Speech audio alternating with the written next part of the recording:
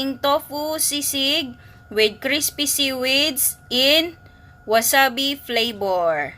Kain na tayo!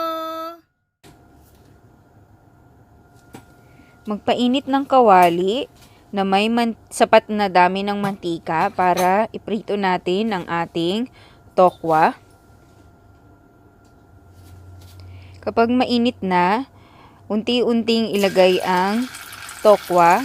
Huwag nating pagsabay-sabayin para masubukan natin kung tama na yung init ng mantika. Kapag okay na siya, saka na natin sunod-sunod na ilagay pa isa-isa or dahan-dahan ang ating mga tokwang nahiwa na.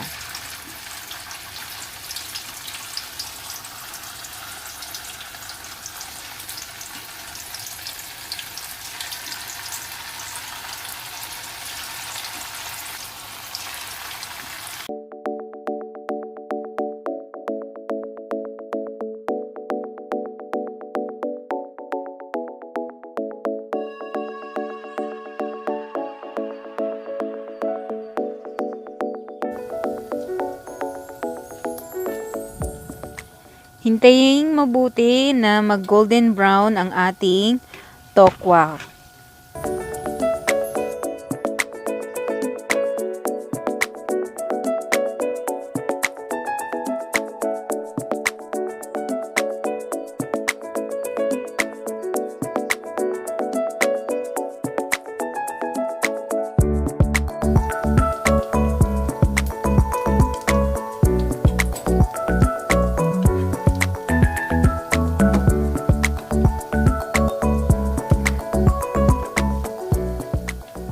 Ayan, dahil golden brown na ang karamihan sa kanila, pwede na natin itong iahon. Ready na siya at kumuha ng isang lalagyan. Mas maganda kung merong tissue paper towel para masala yung mantika. Katulad nito.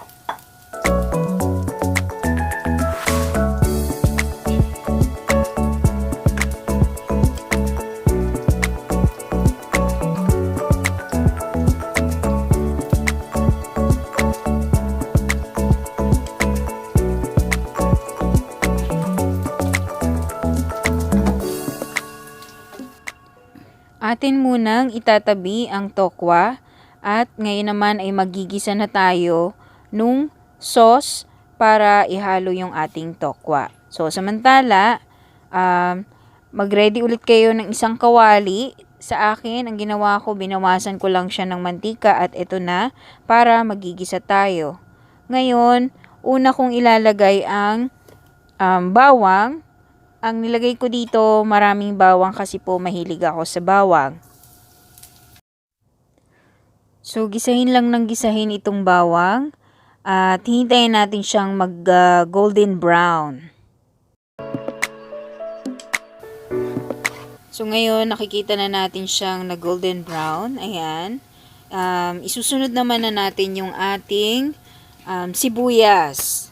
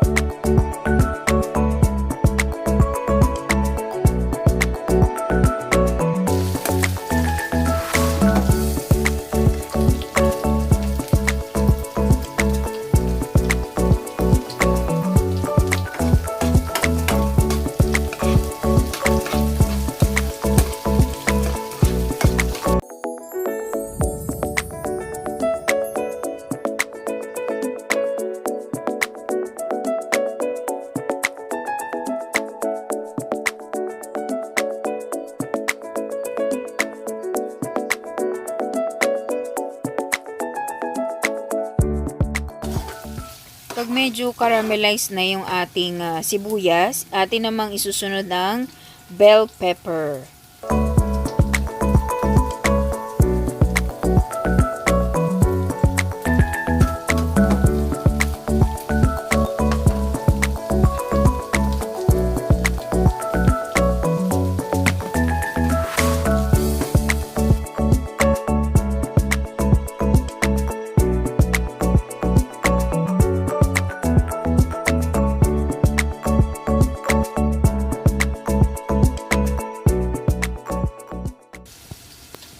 Next naman ang ating butter. Ilalagay din natin siya. Mga 1 tablespoon yung ginamit ko.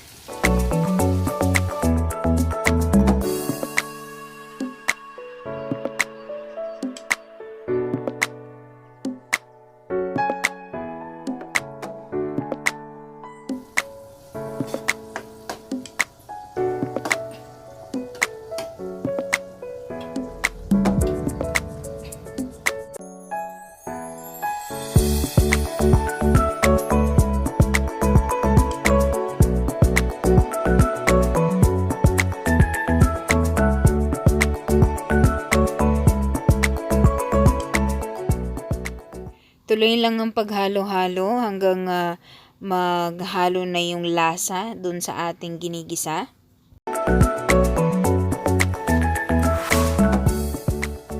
Ang susunod naman ay ang liquid seasoning. So, depende sa gusto ninyong lasa.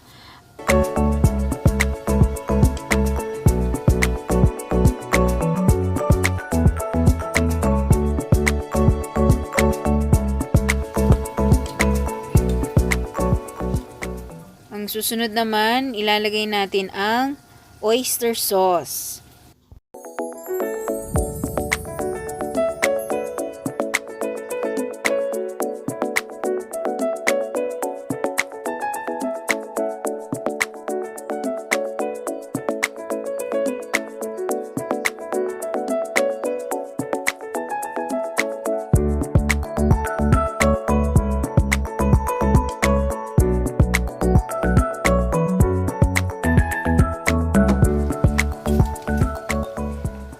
Timplahan natin siya ng konting asin at paminta.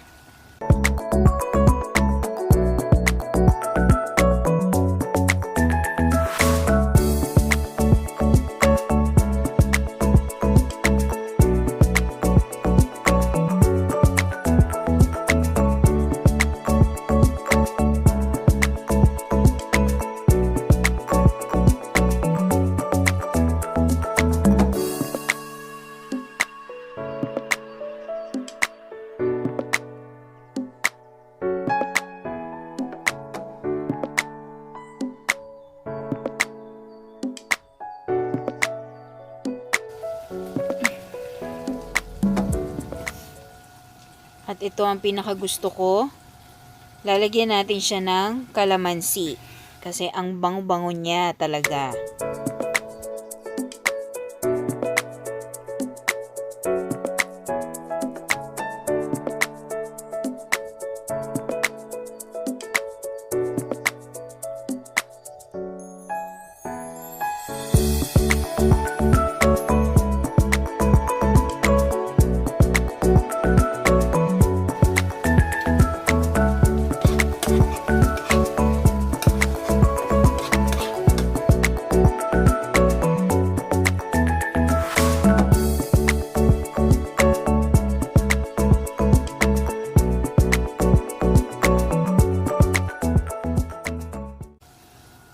Pagkatapos naman, maghahalo na rin tayo ng mayonnaise.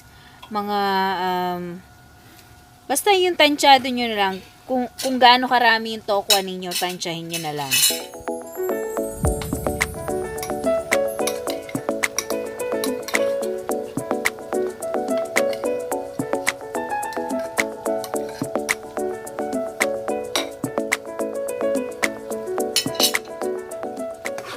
Haluin ulit ng maigi at dapat sa puntong ito medyo mahina na yung apoy natin kasi baka masunog yung ating mayonnaise.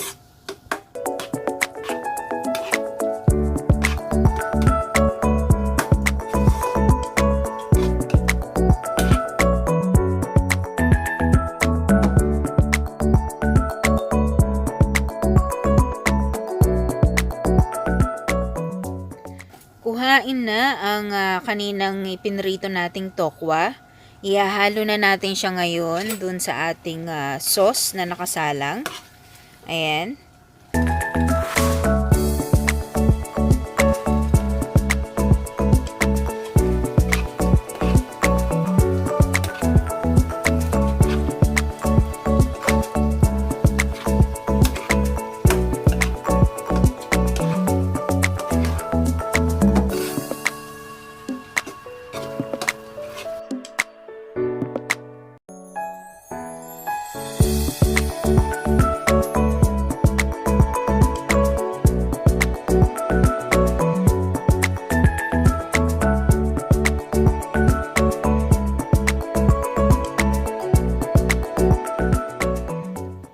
haluin ulit ng maigi.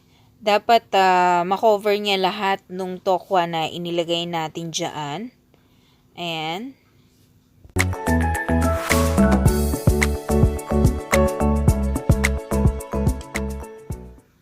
Ang bango-bango na niya mga mamshi.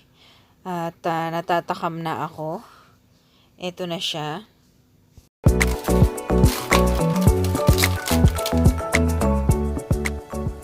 At ito na nga ang highlights ng tofu na ito.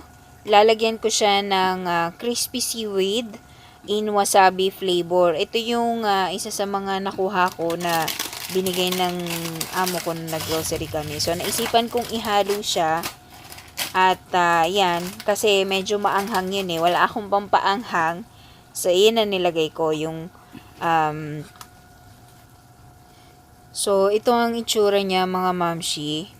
At per piraso, ganyan. Siguro mga 8 pieces ito. Pero ang ilalagay ko lang mga 2 pieces lang mga mamshi. Kasi mataas ang sodium nito. So, nilagyan ko na siya ng asin. And may butter pa, may seasoning pa. Kaya, mga 2 piraso lang. Para lang maglasang maanghang ng konti para sa akin.